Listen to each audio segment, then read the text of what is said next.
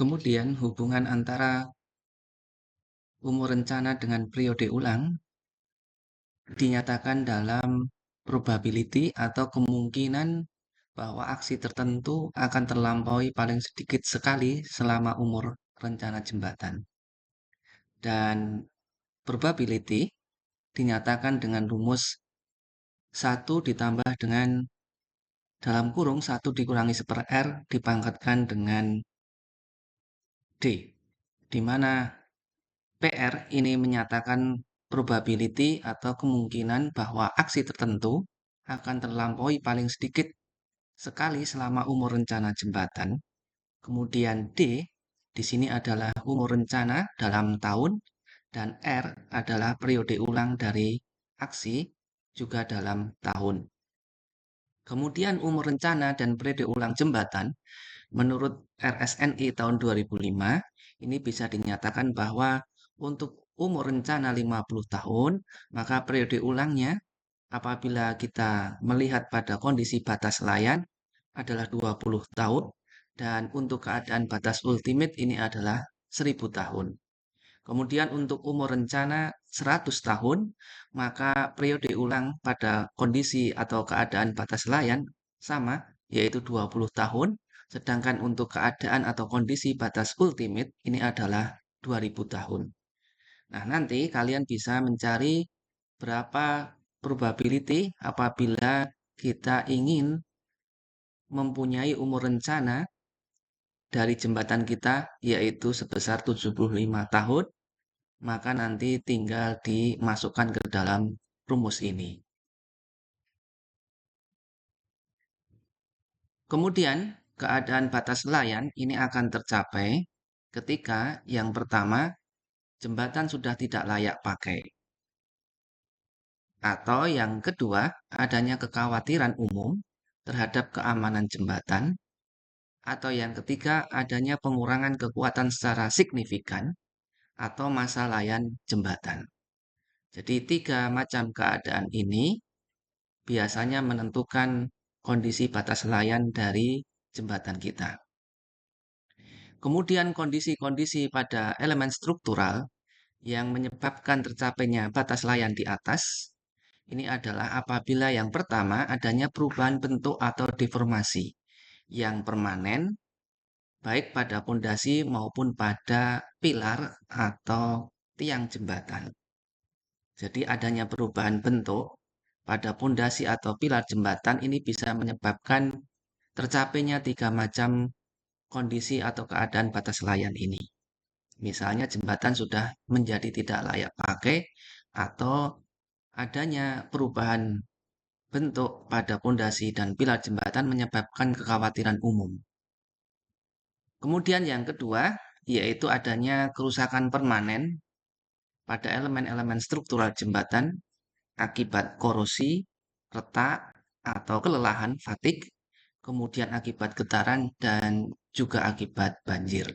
Jadi kerusakan-kerusakan permanen ini bisa dikarenakan bencana alam seperti banjir ataupun karena pemakaian seperti getaran oleh kendaraan maupun juga karena gempa misalnya. Kemudian berikutnya adalah setelah kita melihat kondisi atau keadaan batas layan pada sebuah jembatan dan penyebab-penyebabnya, maka sekarang kita bisa melihat terhadap kondisi ultimate dari jembatan yang menyebabkan sebuah jembatan menjadi tidak aman untuk dilewati. Apabila ada aksi ultimate yang menyebabkan sebuah jembatan menjadi tidak aman untuk dilewati, maka jembatan akan memberikan reaksi. Dan reaksi jembatan tersebut disebut dengan keadaan batas ultimate. Di antara keadaan jembatan yang termasuk dalam batas ultimate, ini adalah yang pertama, kehilangan keseimbangan statis karena sebagian atau seluruh bagian jembatan ini longsor, terguling, atau terangkat ke atas. Jadi kalau jembatan kehilangan keseimbangan statis, misalnya karena bencana alam longsor atau terguling atau terangkat ke atas, maka jembatan masuk dalam kondisi batas ultimate dan bukan kondisi batas layan. Kemudian yang kedua, kondisi yang menyebabkan sebuah jembatan masuk ke dalam batas ultimate ini adalah kerusakan sebagian jembatan akibat kelelahan atau fatigue dan atau korosi hingga suatu keadaan yang memungkinkan terjadinya kegagalan. Jadi ketika jembatan mengalami kelelahan atau fatigue akibat beban yang terus berulang atau karena korosi sehingga mengakibatkan kemungkinan jembatan menjadi gagal, maka saat itu jembatan masuk ke dalam keadaan batas ultimate-nya. Kemudian yang ketiga adalah keadaan pasca elastis atau purna teko, yaitu satu bagian jembatan atau lebih telah mencapai kondisi runtuh. Misalnya girder atau gelagarnya mengalami patah, maka pada saat itu dia sudah lepas dari kondisi elastis yang menyebabkan runtuhnya, maka jembatan masuk ke dalam kondisi batas ultimate. Kemudian yang keempat, kehancuran pondasi yang menyebabkan pergerakan yang berlebihan atau kehancuran pada elemen-elemen utama jembatan. Nah, kondisi batas ultimate ini nanti harus kita evaluasi dengan umur layan dari jembatan tadi. Jangan sampai kondisi batas ultimate tercapai ketika masih beroperasi beberapa tahun saja. Kemudian berikutnya adalah tentang kelas jembatan. Lebar jembatan dan jumlah lajur ini dilihat dari tingkat kepadatan lalu lintas harian atau LHR. LHR artinya lalu lintas harian. Dan desain tentang lebar jembatan dan jumlah lajur ini dilihat dari banyaknya kendaraan yang melintasi jembatan tersebut. Tentu tingkat kepadatan masing-masing jalan raya berbeda-beda, sehingga nanti kebutuhan lebar dan jumlah lajur jembatan juga berbeda-beda. Maka di sini kita melihat bahwasanya untuk lalu lintas harian kurang dari 2.000 kendaraan per hari, maka lebar jembatan hanya sekitar 3,5 sampai 4,5 meter dan jumlah lajurnya hanya satu saja. Kemudian apabila kendaraan yang melintas antara 2.000 sampai 3.000 kendaraan per hari, maka lebar jembatan ini antara 4,5 sampai 6 meter dengan jumlah lajur adalah 2, jadi dipisahkan. Kemudian apabila jumlah kendaraan yang melintas antara 3.000 sampai 8.000, maka lebar jembatan ini antara 6 sampai 7 meter dengan jumlah lajur adalah 2 buah. Ini juga dipisahkan, misalnya dengan median ataupun hanya dengan garis putih. Kemudian apabila jumlah kendaraan antara 8.000 sampai 20.000, maka lebar jembatan bisa kita desain antara 7 sampai 14 meter dengan jumlah lajur adalah 4. Jadi ke arah misalnya di sebelah kiri ada 2 lajur dan di sebelah kanan ada 2 lajur. Ini apabila kendaraan yang lintas sangat banyak. Kemudian apabila lalu lintas harian lebih dari 20.000 kendaraan per hari, maka lebar jembatan bisa kita desain lebih dari 14 meter. Dan jumlah lajur bisa kita desain lebih dari 4 lajur. Ini adalah penentuan lebar jembatan dan jumlah lajur, dan penentuan tersebut harus melihat dari tingkat kepadatan lalu lintas harian atau LHR, yaitu jumlah kendaraan yang melintas setiap harinya. Kemudian lebar jembatan dan jumlah lajur berdasarkan arah lalu lintas. Ini misalkan adalah Untuk tipe jembatan satu lajur, maka lebarnya bisa antara 3 meter sampai 5,25 meter. Dan jumlah lajur lalu lintas rencana ini hanya satu. Kemudian ada tipe jembatan dengan dua arah dan tanpa median. Maksudnya hanya dibatasi dengan garis putih. Maka nanti lebar jembatan mulai dari 5,25 sampai lebih dari 15,25 meter. Dan jumlah lajur ini bisa mulai dari 2 sampai dengan 6 lajur. Kemudian untuk tipe jembatan dengan dua arah dengan median pembatas di tengah, maka nanti lebar jembatan bisa mulai dari 5,5 meter sampai dengan lebih dari 16,5 meter. Dan jumlah lajur ini bisa mulai dari 2 sampai 6 lajur. Kemudian setelah kita menentukan berapa desain lebar jembatan kita dan jumlah lajur, maka kita bisa pula menentukan pembebanan. Di mana untuk kelas jembatan ini dibagi menjadi 3 berdasarkan pembebanannya. Kalau tadi kelas-kelas jembatan ini bisa dibagi menjadi misalnya ada 3 kelas dengan satu lajur, 2 arah tanpa median, 2 arah dengan median, atau bisa pula dibagi menjadi beberapa kelas, misalnya 5 kelas berdasarkan lalu lintas hariannya. Nah, sekarang kelas jembatan bisa pula dibagi berdasarkan pembebanan. Dan pembebanan kita ini mengacu kepada pembebanan berdasarkan bina marga. Untuk jembatan kelas A, maka pembebanannya mengikuti 100% pembebanan bina marga. Dan lebar jembatan dipersyaratkan minimal adalah 7 meter dengan 1 meter di kiri dan di kanan untuk trotoarnya.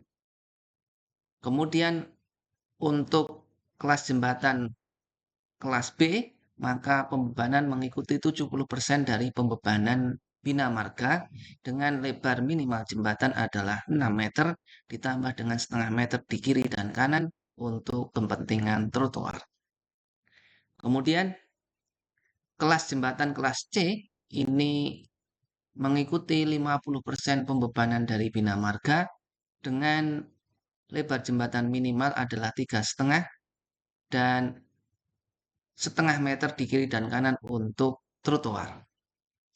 Jadi berdasarkan pembebanan, maka kelas jembatan dibagi menjadi 3, yaitu kelas A, B, dan C. Kemudian kelas jembatan berdasarkan lalu lintas harian, ini bisa dibagi menjadi 5 kelas, dan lain sebagainya. Kemudian pembebanan bina marga, ini kita hanya punya 3, yaitu 100%, 70%, dan 50%. Tapi di sini dinyatakan bina marga 100% pembebanan itu adalah untuk semua jalan nasional dan jalan provinsi. Jalan nasional ini adalah jalan yang dibiayai oleh APBN dan jalan provinsi ini adalah jalan yang dibiayai oleh APBD provinsi. Kemudian untuk pembebanan bina marga 70% ini adalah untuk jalan kabupaten dan jalan di daerah transmigrasi. Biasanya jalan kabupaten ini juga tidak terlalu lebar, sehingga nanti kelas jembatannya pun juga bukan kelas A, melainkan kelas B, pembebanannya hanya 70%, dan kemungkinan nanti jumlah lajurnya juga hanya 2, tanpa pembatas. Nah, di sini kita bisa melihat skema atau sketsa dari kelas jembatan berdasarkan pembebanan bina marganya. Kita mendapatkan untuk kelas A, yaitu lebar jembatan minimal adalah 7 meter dengan 1 meter di kiri dan kanan untuk trotoar. Maka kita bisa melihat di sini 1 meter dihitung dari pojok di sini sampai dengan ujung trotoar. Kemudian kita punya lebar jembatan selebar 7 meter. Dan yang perlu kita ketahui adalah kemiringan aspal ini 2% untuk mengalirkan air dan nanti di ujung lebar jembatan ada semacam saluran drainase. Kemudian pada tengah jembatan biasanya nanti dilubangi untuk jalan air turun ke bawah ke arah sungai. Oke. Kemudian juga kita melihat ada gambar hitam di sini. Ini yang kita maksud dengan curb. Ya, ini yang kita maksud dengan curb. Curb ini adalah dinding dari trotoar yang harus didesain bisa menahan beban benturan horizontal sebesar 500 kg force. Jadi ini merupakan dinding untuk menahan apabila ada mobil atau kendaraan lain yang terpelanting sehingga nanti tidak akan masuk ke dalam sungai dikarenakan ditahan oleh curb di sini. Dan curb ini berbeda dengan parapet. Kemudian untuk kelas jembatan kelas B ini mempunyai lebar jembatan 6 meter dengan setengah meter di kiri dan kanan untuk trotoar.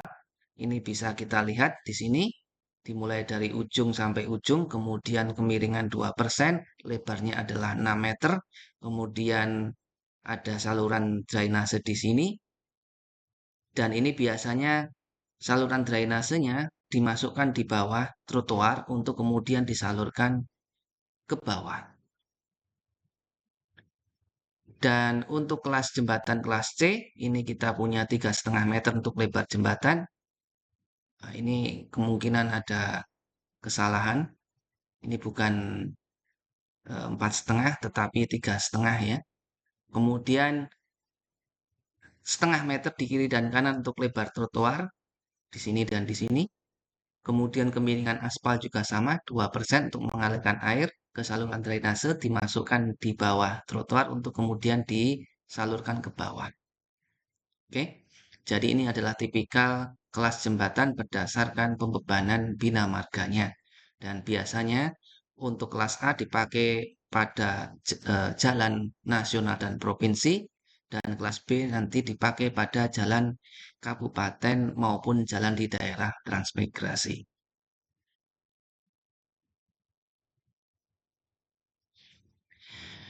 Setelah kita selesai tentang kelas jembatan, maka kita masuk ke struktur jembatan yang ada di Indonesia. Kalau kita melihat tentang geografi Indonesia, maka kita sudah paham dulu dari masa kita masih sekolah dasar bahwa Indonesia adalah negara kepulauan, yaitu negara yang terdiri dari ribuan pulau. Data resmi yang tercatat, Indonesia memiliki lebih dari 17.000 pulau, dan ini merupakan negara dengan jumlah pulau yang terbanyak di dunia.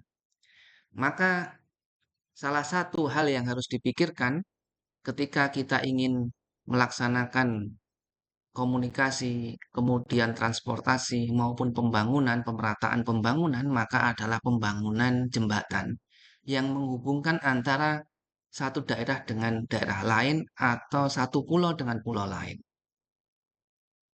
Sebagai contoh, kemarin kita disuguhkan dengan berita tentang rencana pembangunan jembatan yang menghubungkan antara Pulau Jawa dengan Pulau Sumatera yang disebut dengan jembatan Selat Sunda, tetapi masih belum disetujui.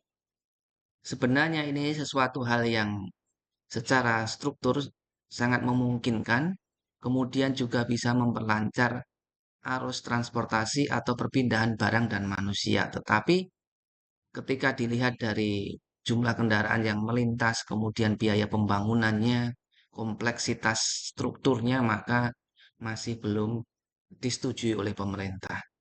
Dan yang sudah disetujui ini adalah jembatan yang menghubungkan antara Pulau Jawa dengan Pulau Madura di sini, yang disebut dengan jembatan Suramadu. Kemudian juga dulu pernah direncanakan untuk membangun jembatan yang menghubungkan Pulau Jawa dengan Pulau Bali. Tetapi ini pun juga masih belum disetujui dan direalisasikan oleh pemerintah. Namun demikian, antara satu daerah dan daerah lain dalam suatu pulau ini juga banyak dilalui atau dilintasi oleh sungai. Oleh karena itu, ada banyak jembatan yang dibangun di Indonesia. Dan tipikal sungai untuk masing-masing pulau ini berbeda-beda. Sungai-sungai yang ada di Pulau Sumatera dan Pulau Kalimantan memiliki lebar yang sangat besar. Sedangkan untuk sungai-sungai yang ada di Pulau Jawa ini relatif lebih kecil lebar sungainya. Dan lebar sungai tentu juga nanti mempengaruhi tentang pemilihan struktur atas maupun struktur bawah jembatan yang akan dibangun. Nah, di sini dinyatakan bahwa Indonesia adalah negara kepulauan yang terdiri dari 17.508 pulau, di mana hampir 80% wilayah Indonesia ini merupakan perairan, serta sebagian besar pulaunya memiliki karakteristik sungai yang lebar dan panjang. Ini ada di Pulau Sumatera dan Pulau Kalimantan, dan sebagian di daerah di Jawa. Nah, kondisi tersebut mendukung tingginya kebutuhan infrastruktur jembatan. Tentu saja, infrastruktur jembatan tadi untuk meningkatkan konektivitas atau hubungan antar pusat ekonomi di Indonesia. Yang pasti, jembatan dibutuhkan untuk perpindahan kelancaran arus transportasi atau perpindahan manusia dan barang. Dan perpindahan manusia dan barang ini tentu akan memicu tentang kegiatan ekonomi di dua daerah yang dihubungkan oleh jembatan tersebut. Kemudian data juga menyebutkan bahwa Indonesia memiliki lebih dari 93.000 jembatan sepanjang 1.138 km. Ini data beberapa tahun yang lalu, yaitu tahun sebelum 2014 di sini.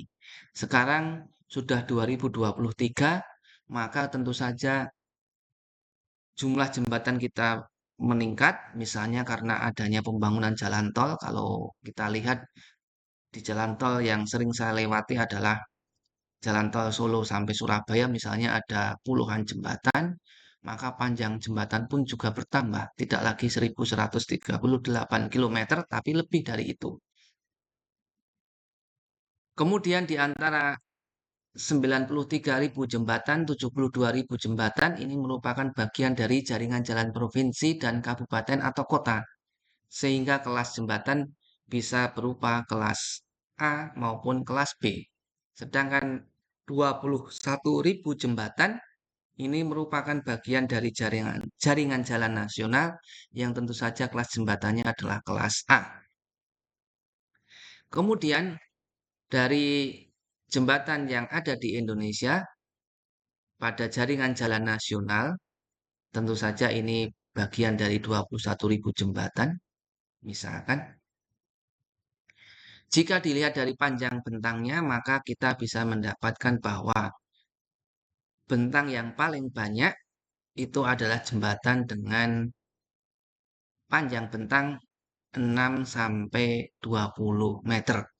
Jadi panjang bentang berbeda dengan lebar jembatan. Kalau lebar jembatan tadi menentukan kelas A, B, atau C misalkan, maka kalau panjang bentang nanti akan menentukan tipe-tipe struktur atas maupun bawah yang akan digunakan.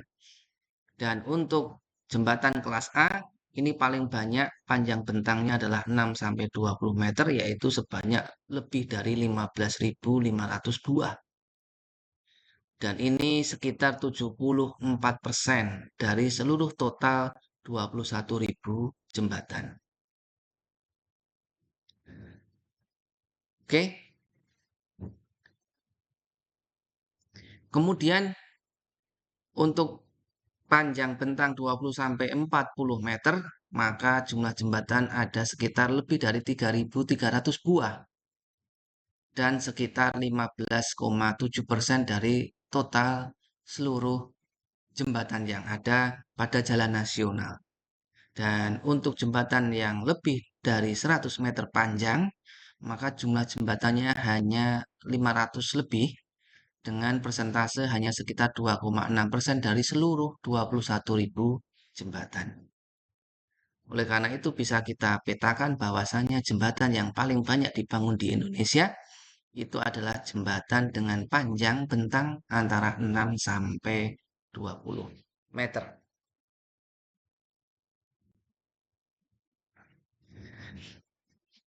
Jembatan pada jaringan jalan nasional ini jika dilihat dari tipe struktur atas ini adalah rangka-rangka yang dipakai pada bagian atas jembatan. Bisa kita lihat ada tipe struktur atas yang paling banyak digunakan, misalnya adalah culvert, kemudian ada girder, kemudian ada truss, dan lainnya.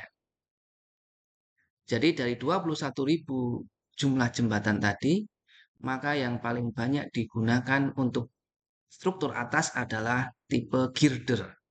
Jadi menggunakan gelagar.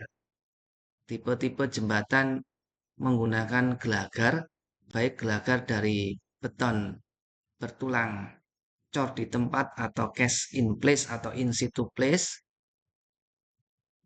cast, atau girder berupa beton pracetak prategang. Ini sebanyak sekitar 51%. Dan yang paling banyak digunakan adalah girder dari beton, baik dari beton bertulang cor di tempat maupun beton pracetak prategang, yaitu sekitar 75% dari 51% di sini.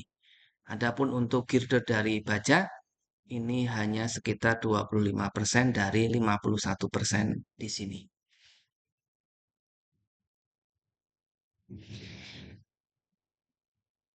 Setelah ini kita masuk ke macam-macam jembatan. Dan macam-macam jembatan ini bisa kita lihat berdasarkan yang pertama adalah fungsinya. Jadi macam-macam jembatan. Yang pertama adalah berdasarkan fungsinya. Yang pertama adalah jembatan jalan raya. Kemudian yang kedua adalah jembatan kereta api. Kemudian yang ketiga adalah jembatan penyeberangan atau pedestrian bridge. Kemudian ada jembatan pipa. Kemudian ada jembatan saluran air atau akuaduk atau talang air. Dan ada jembatan militer. Jadi ada sekitar 6 jembatan berdasarkan fungsinya. Jembatan jalan raya, misalnya kita bisa melihat jembatan yang dipakai untuk lalu lintas kendaraan. Kemudian jembatan kereta api, ini jembatan untuk lalu lintas kereta api, khusus untuk kereta api.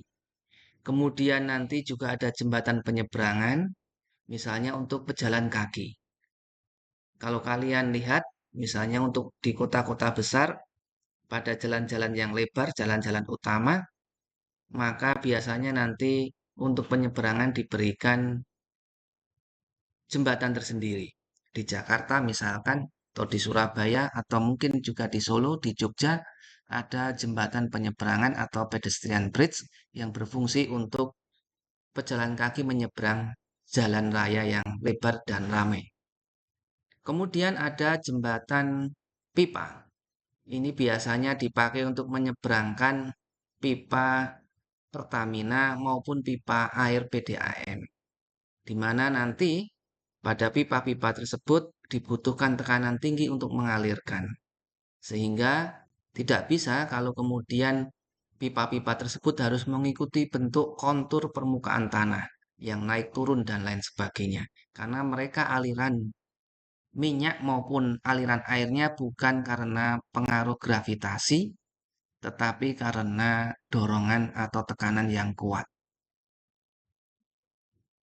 Dan kemarin ada kejadian di depo Pertamina di Pelumpang, kalau tidak salah, karena adanya kebocoran pada pipa penyalur minyak, sehingga menyebabkan terjadinya ledakan dan menewaskan lebih dari 15 orang. Nah, ini juga hati-hati.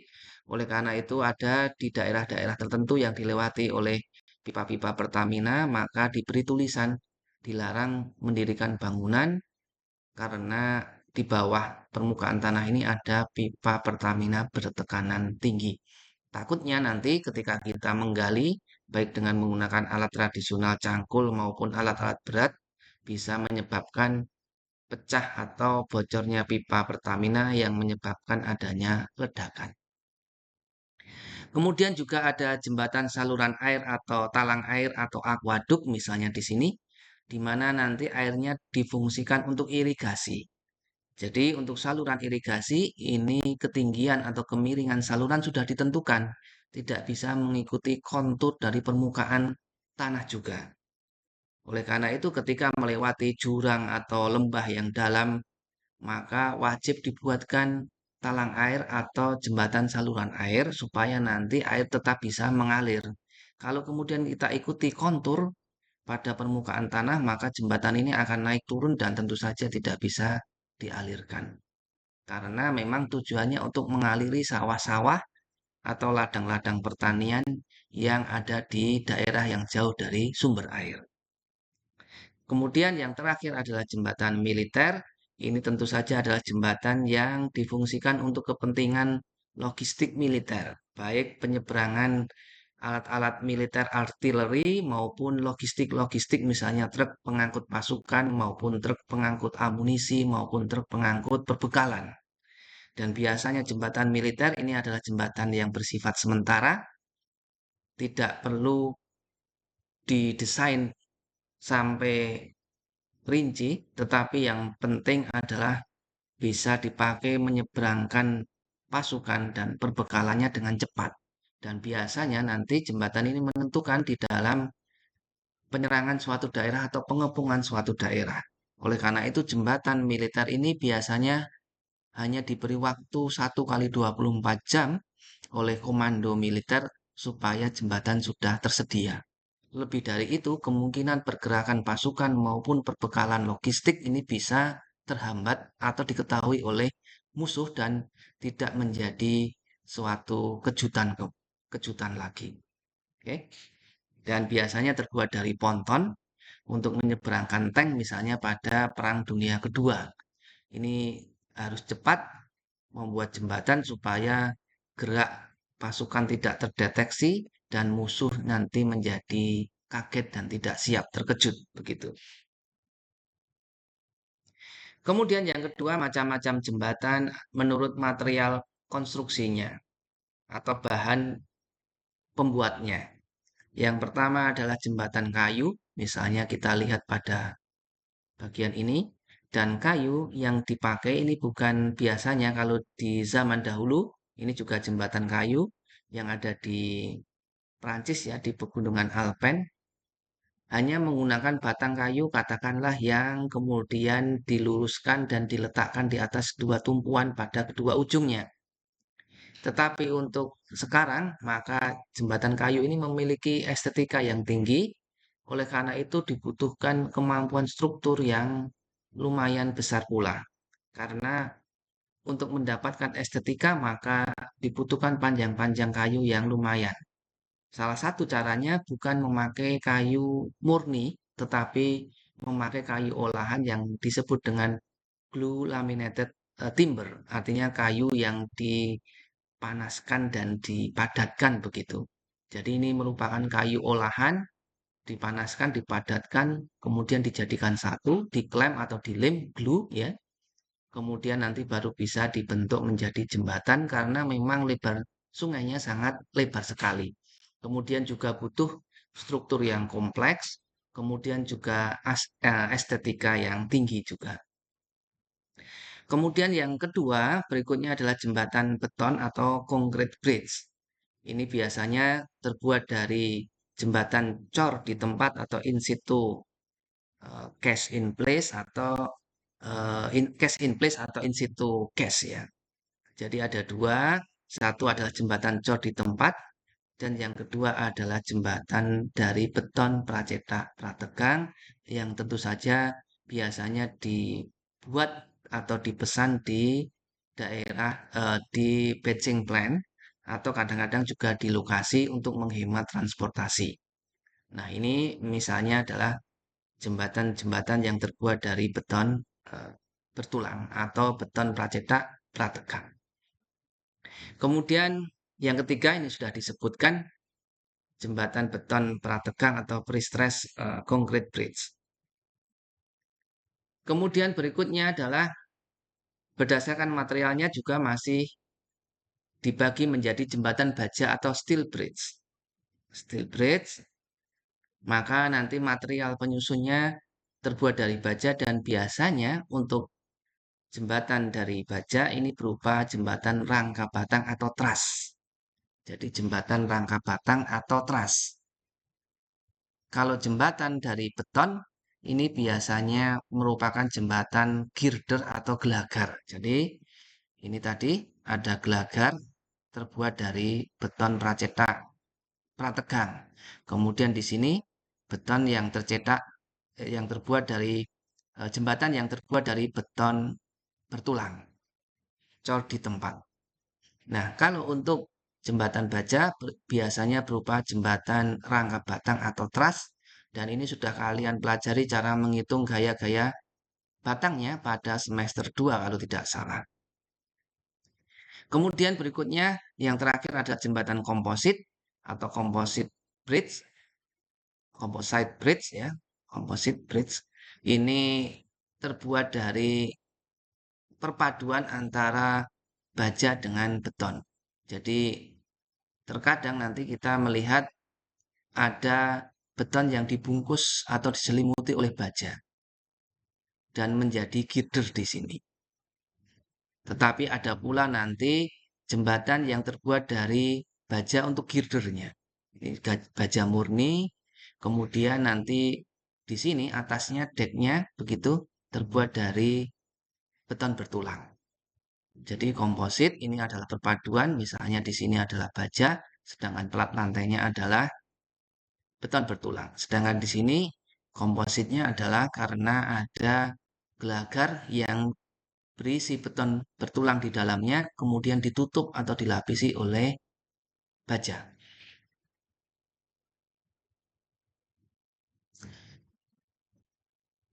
Kemudian berikutnya yang ketiga adalah macam-macam jembatan berdasarkan tipe strukturnya. Yang pertama adalah jembatan gelagar atau girder bridge. Jadi memakai gelagar atau balok-balok. Kalau dalam katakanlah bangunan gedung, ini girder ini sama seperti balok induk. Jadi seperti balok induk. Kemudian ada jembatan rangka atau truss bridge. Ini misalnya di rangka dan ini juga ada lengkung. Kemudian berikutnya ada jembatan plat atau slab bridge. Ini kalau kita lihat pada contoh yang di sini, nah ini adalah jembatan slab atau plat begitu. Kemudian juga ada jembatan pelengkung atau arch bridge. Nah, ini adalah jembatan rangka tetapi sekaligus pelengkung juga, rangka pelengkung begitu. Kemudian ada jembatan portal atau rigid frame bridge. Kemudian ada jembatan gantung atau suspension bridge dan ada jembatan kabel atau cable stayed bridge. Nah, biasanya nanti kita sering tertukar antara mana yang disebut dengan jembatan gantung dan mana yang disebut dengan jembatan kabel.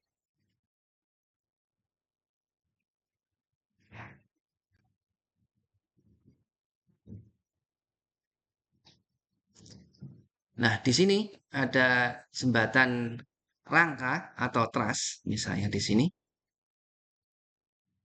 Jembatan rangka atau truss, jadi bisa dimodelkan semacam ini. Biasanya nanti kalau ada lomba jembatan pada acara Civil Weeks untuk anak-anak SMA ini modelnya juga macam-macam. Ini boleh saja, tapi harus dianalisa dengan tepat supaya nanti bisa menghasilkan konstruksi yang aman dan tentu saja harus hemat bahan atau materialnya. Kemudian ada pula jembatan portal tadi. Nah, ini membentuk portal begitu. Portal katakanlah dua kaki, misalnya di sini ada portalnya. Kemudian juga ada jembatan gantung atau suspension bridge. Ini jembatan gantung. Kemudian juga ada jembatan kabel atau cable stayed bridge. Ini adalah jembatan kabel. Dan biasanya dua jembatan ini, jembatan gantung dan jembatan kabel, dipakai untuk jembatan yang sangat panjang. Dalam artian bukan lagi jembatan di atas sungai, tetapi banyak yang jembatan di atas laut atau selat.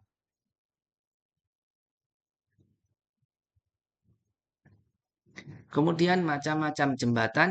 Yang keempat, ini berdasarkan letak lantainya atau letak lalu lintas jembatannya. Yang pertama adalah jembatan lalu lintas atas atau deck arch bridge, katakanlah begitu. Jadi lalu lintasnya ada di sebelah atas. Di sebelah atas jembatan. Gini. Kemudian ada jembatan lalu lintas bawah. Jembatan lalu lintas bawah ini biasanya, nah ini ada double ya. Lalu lintas ganda, ini ada yang bawah. Jadi ini ada yang di bawah. Ini yang arah ke sana. Kemudian ini juga ada di sini. Nah, ini ada jembatan lalu lintas bawah sekaligus karena double, maka nanti jembatan lalu lintas ganda. Kemudian juga ada jembatan lalu lintas tengah. Nah, ini cuma belum ada contohnya. Lalu lintas atas, kemudian juga lalu lintas atas. Ini kemungkinan ada lalu lintas bawahnya juga, begitu. Oke. Dan kita kemudian masuk ke detail jembatan. Sebagai contoh di sini adalah jembatan box culvert, yaitu jembatan yang menggunakan culvert atau gorong-gorong begitu. Jadi culvert ini adalah gorong-gorong. Ini biasanya memakai box culvert yang kita pesan. Kita pesan di pabrik pembuatan beton atau di batching plant. Dan di sini pun juga ada box culvert seperti gorong-gorong begitu. Dan di sini ada wing wall. Nanti kita pada pertemuan yang kedua ini adalah wing wall atau dinding sayap. Nah, ini adalah dinding sayap atau wing wall. Ini juga ada wing wall tetapi dari pasangan batu kali. Kalau ini dari beton bertulang.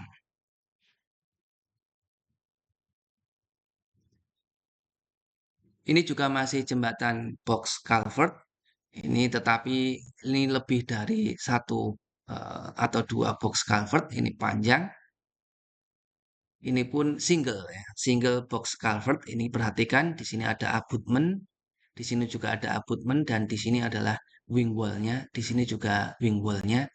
Kemudian di sini adalah ada dinding penahan tanahnya. Oke. Kemudian di sini juga diberikan tentang jembatan box culvert, macam-macam box culvertnya.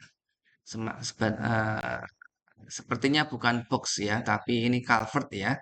Macam-macam gorong-gorongnya ada yang berbentuk pipa semacam ini. Kemudian ada yang eh, lingkaran atau lengkungan begitu, baik single maupun multiple. Ini double ya, ada dua lengkungan. Kemudian ini juga ada box begitu. Ini ada single juga ada multiple, tetapi ini judulnya bukan pakai box ya, harusnya jembatan plat untuk tipe-tipe culvert.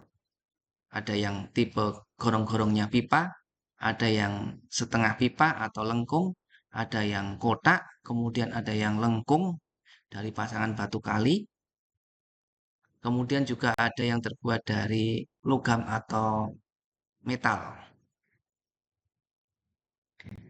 Menurut definisinya, culvert atau gorong-gorong ini adalah struktur drainase yang melewati bawah jalan raya mirip dengan terowongan. Jadi ini bukan untuk irigasi tetapi untuk aliran air, katakanlah drainase, pembuangan air. Terkadang culvert ini dibedakan dengan jembatan dari sisi panjang bentang, kemudian komponen dan desain struktur, serta proses dan biaya konstruksi. Jadi macam-macam ini tadi dibedakan dari bentuk culvertnya. Tetapi terkadang culvert ini juga tidak hanya dibedakan dari bentuknya, tetapi juga dari panjang bentangnya, misalnya multiple atau tidak, kemudian komponennya misalnya dari batu kali maupun dari beton atau dari metal misalnya. Kemudian proses konstruksinya, biaya konstruksinya, dan lain sebagainya.